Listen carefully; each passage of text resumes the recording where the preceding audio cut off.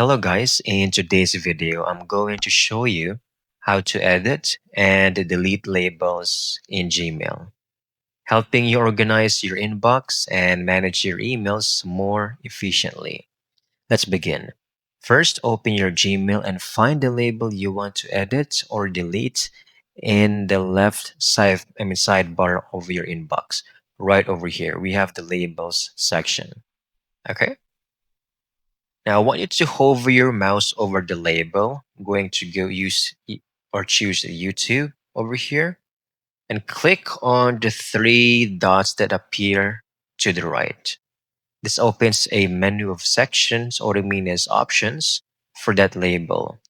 From the menu, select Edit over here. A window will appear, allowing you to change the label's name. Once you've made your changes, click Save over here to update the label across Gmail.